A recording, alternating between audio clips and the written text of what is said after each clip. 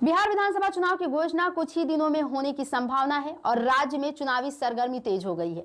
प्रमुख दलों के नेता और कार्यकर्ता जनता के बीच जाकर समर्थन जुटाने में जुटे हुए हैं। इसी बीच भागलपुर जिले की कहलगांव विधानसभा सीट पर सबकी नजरें टिकी हुई हैं। यह सीट एक बार फिर युवा नेता रजनीश यादव के नाम से जुड़ी चर्चा का केंद्र बनी है। वे राष्ट्रीय जनता दल के संभावित उम्मीदवार माने जा रहे हैं। रजनीश यादव न केवल शिक्षित और दूरदर्शी हैं, बल्कि उनका सामाजिक जुड़ाव भी उन्हें जनता के करीब लाता है।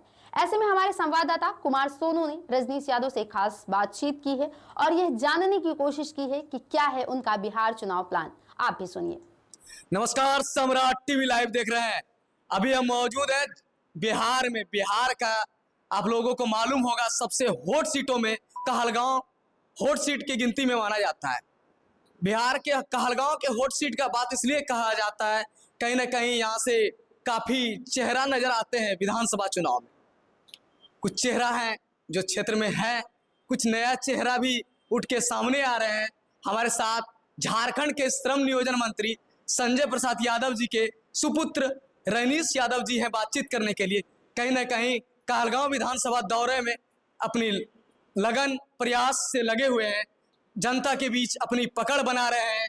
चलिए इन्हीं से बातचीत करते हैं, क्या राय है इनकी, क्या मुद्दे लेकर आए हैं जनता के बीच और क्या क्या विकास की कथाएं सुना रहे हैं जनता को।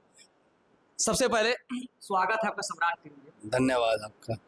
क्या विकास की गंगा जो कहलगांव विधानसभा क्षेत्र में बह रही है, इनको आप किस नजरिया से पहले देखते हैं? पहले तो विकास की गंगा को रोकना पड़ेगा, नहीं तो बाढ़ देखिए रहे आ गया कहलगांव तक। अब गंगा कहाँ बह रहा है आप ही बताइए, हम तो आप ही से सवाल करेंगे कि गंगा कहाँ बह रहा है। देखिए जिस प्रकार से बाढ़ से लोग प्रभावी हैं और हम ग्रामीण क्षेत्रों में बात कर किए गरीबों से कि सरकार की तरफ से कोई मुआवजा मिलता है आप लोगों को। गरीब सीधे बोले ना ही विधायक जी आते हैं देखने के लिए, ना ही हम लोगों को कुछ मुआवजा मिलता है। इनके लिए जिम्मेदार कौन है? अब तो शासन प्रशासन पे सवाल बनता है। हम तो चूंकि नए हैं और जो ये मुद्दा है काफ़ी गंभीर मुद्दा है, जो बाढ़ का समस्या है। क्योंकि देखिए तो गंगा की छोर पे बसा ये क्षेत्र है और बाढ़ का पानी हर साल आपका इस क्षेत्र को प्रभावित करता है। और यहाँ इस चीज़ को रोका तो नहीं जा सकता, क्योंकि ये तो मान के चलिए ऊपर वाले के हाथ में है। लेकिन जो सबसे बड़ी चीज़ है कि इस चीज़ को का निवारण कैसे निकले।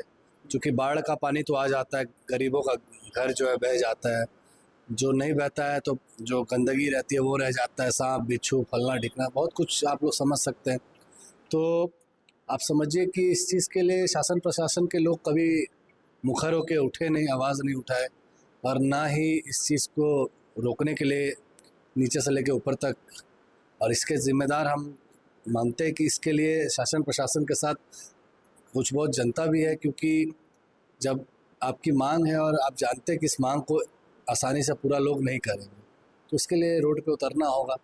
आंदोलन की ज़रूरत है और बड़ी आंदोलन, उग्र आंदोलन का, बड़ा आंदोलन का ज़रूरत है, तभी शायद सरकार का कान खुले।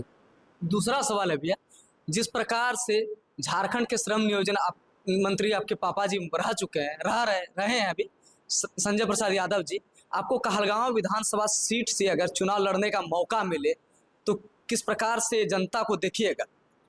देखिए तो हमारे नज़र में सभी एक सामान्य हैं, और देखना ना देखने का बात आप समझिए कि राजनीति में ये सब चीज़ नहीं होता है। आज गोड्डा में अगर आप लोग आज कहलगांव लड़ने की तैयारी तो अभी मान के चलिए 3-4 महीनों से चल रही है या बात चल रहा है।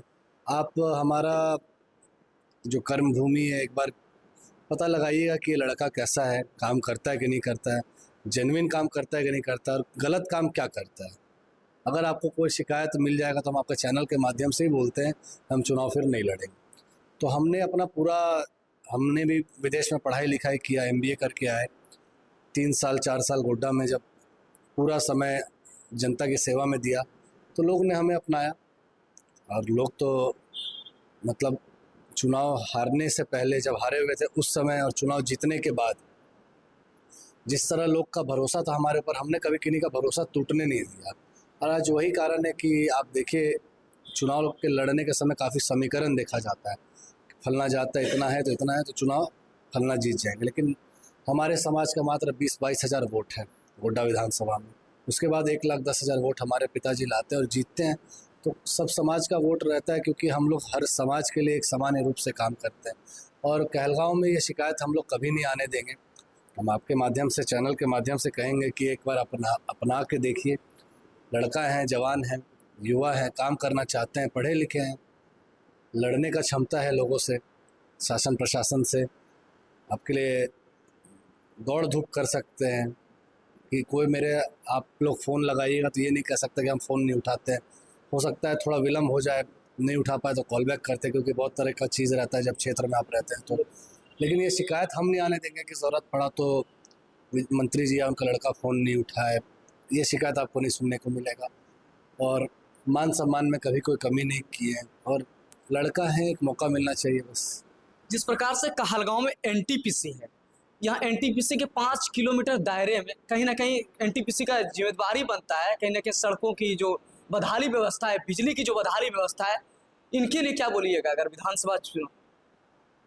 देखिए, तो हम अभी कुछ नहीं बोलेंगे, लेकिन आपके चैनल के माध्यम से हम जो भी आपका व्यूअर रहेंगे और देखेंगे, आश्वस्त कर देना चाहते हैं कि अगर हम चुनाव लड़े और यहाँ की जनता के आशीर्वाद से जीते, तो अगर पहला कोई आंदोलन होगा तो एनटीपीसी गेट पे होगा। अपने लिए नहीं लड़ेंगे, और नेताओं की तरह हम पैसा लेके, एनटीपीसी का पैसा लेके हम घर बैठने वाले नहीं हैं, क्योंकि आपको पता है कि हम लोग इन सब चीज़ों में जाते नहीं। हम आप इस क्षेत्र की जनता के लिए लड़ना चाहते हैं, और इस क्षेत्र की जनता को हम सुविधा, अगर एनटीपीसी से अगर हम कुछ योजना ला के सुविधा दे दिए तो ये तो हमारी जीत उसमें हुई। तो आप लोग के माध्यम से हम बता देना चाहते हैं, अगर पहला आंदोलन कोई होगा तो एनटीपीसी गेट पे ही होगा। कहलगांव अनुमंडल का एनटीपीसी जो है, उनका डस्ट से कहीं ना कहीं, उसके जो धूल से किसान का जो जमीन है कहीं ना कहीं बंजर होती देखा जा रहा है। किसान परेशान है, एनटीपीसी में धरना भी करते हैं, उनको वहां से मार के भगा दिया जाता है। इनके लिए कौन जिम्मेदार है?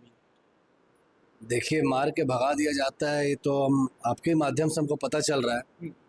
तो निश्चित रहिए, अगर दोबारा ऐसी घटना आती है, तो अगर ऐसा चीज़ सामने में आता है तो किसान से पहले हम लोगों का पीठ रहेगा। पहले डंडा हम लोग खाएंगे, उसके बाद हम लोग आगे बढ़ने देंगे। और जो ये समस्या है किसान का, तो हम एक बार परिवार से भी मिलना चाहेंगे, जो रैयत परिवार है या फिर जिनका खेत में ऐसा मंजर हुआ है, तो मिल के एक बार उनका समस्या सुनेंगे और ऊपर तक पहुंचाने का प्रयास भी करेंगे। भैया, आप युवा हैं, लंदन में रह के पढ़ाई की है, अगर जनता चाहे विधानसभा कहलगांव से, तो क्या लंदन वाली प्रक्रिया यहाँ अपनाइएगा?